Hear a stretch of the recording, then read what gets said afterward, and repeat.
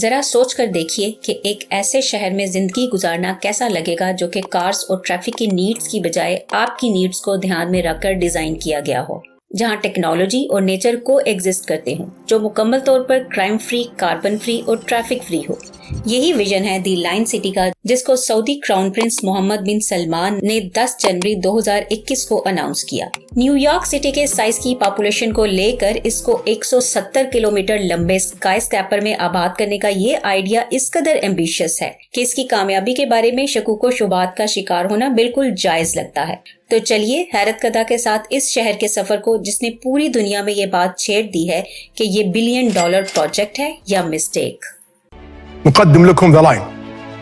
اور دنیا کا جدید ترین اور مصنوعی ذہانت کا شاہکار سعودی شہر حقیقت کا روپ دھارنے لگا۔ He really wants NEOM to be something that hasn't existed in the world before. If you think about it as a unique project and something that's first of its kind, it's looking to change the way we live. Now, a revolution in civilization is taking place. The Line, the city that delivers new wonders for the world. The line ایک linear smart city ہے جو کہ سعودی عرب کے نیوم project اور سعودی vision 2030 کے plan کا ایک اہم پارٹ ہے۔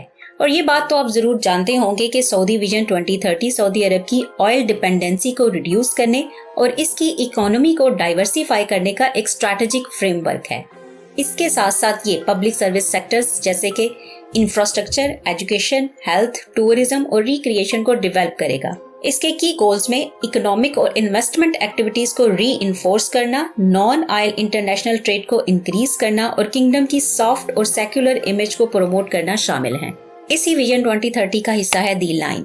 170 کلومیٹر لمبا یہ شہر سعودی عرب کے دعوے کے مطابق 460,000 جابز کریٹ کرے گا اور کنٹری کے جی ڈی پی میں تقریباً $48 بلین کا اضافہ کرے گا۔ اس میں تقریباً 9 ملین لوگوں کو ریزائڈ کرنے کی کیپیسٹی ہوگی۔ رینیوبل انرجی سے مکمل طور پر پاورڈ اس شہر کو روایتی شہروں کے ڈرامیٹک الٹرنیٹو کے طور پر ڈیزائن کیا گیا ہے، جو کہ عام طور پر سینٹر سے نکلتے ہیں، لیکن یہ شہر ایک اسٹریٹ لائن کی صورت میں ریڈ سی سے تبوک پروونس کی طرف جائے گا۔ اس میگا اسٹرکچر کے اگلے حصے مررڈ ہوں گے اور یہ 500 میٹر اونچا اور 200 میٹر چوڑا ہوگا۔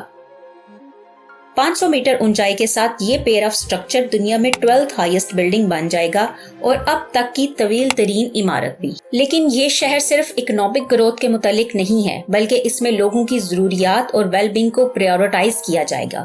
نو اسٹریٹس، نو کارز اور زیرو کاربن ایمیشنز کے تحت ڈیزائن کیا گیا یہ شہر 3 لیئرز پر مشتمل ہوگا: پیڈسٹرین لیئر، سروس لیئر اور spine layer. Pedestrian layer top most layer ہوگی۔ Public spaces, parks, residential facilities, schools, restaurants, shops اور ریکریشنل پوائنٹس سب اسی لیئر پر ہوں گے۔ ضروریات زندگی کی ہر چیز 5 منٹ کی واک پر دستیاب ہوگی۔ اس لیئر کا مین پرپس لوگوں کو رہنے اور کام کرنے کے لیے سیف اور سسٹینیبل انوائرمنٹ مہیا کرنا ہے۔ سروس لیئر پیڈسٹرین لیئر کے بالکل نیچے ہوگی اور بالکل انویزیبل ہوگی۔ یہ سٹی کی تمام یوٹیلیٹیز اور نیسیسری انفراسٹرکچر کا انڈر گراؤنڈ ہب ہوگی، جس میں sewage system, water, power grades اور کمیونیکیشن نیٹ ورک شامل ہے۔ یہ لیئر اس بات کو انشور کرے گی کہ پیڈسٹرین لیئر فزیکل اور ڈیجیٹل انفراسٹرکچر سے مکمل طور پر فری ہو اور وہاں کلٹر فری اور کلین انوائرمنٹ ہو۔ اسپائن لیئر، یہ لیئر سروس لیئر کے نیچے انڈر گراؤنڈ ٹرانسپورٹیشن کو رن کرے گی، جو کہ وزٹرز اور ریزیڈنٹس کو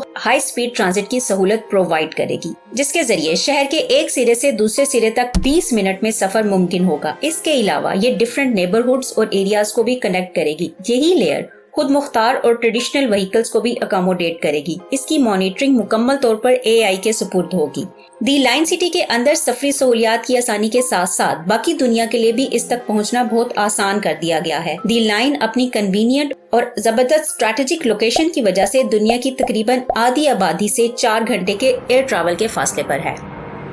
دی لائن میں آرٹیفیشل انٹیلیجنس کا رول بہت امپورٹنٹ ہونے جا رہا ہے۔ Power, water, waste, transport, health care اور سیکیورٹی کے معاملات کو AI کی مدد سے مینج کیا جائے گا۔ یوزرز کی نیڈز کو کسٹمائز اور پریڈکٹ کرنے کے لیے ریزیڈنٹس کے اسمارٹ فونز، ہومز اور سینسر سے ڈیٹا کلیکٹ کیا جائے گا، لیکن کچھ ایکسپرٹس کا خیال ہے کہ زندگی کے ہر شعبے میں AI کے استعمال کی وجہ سے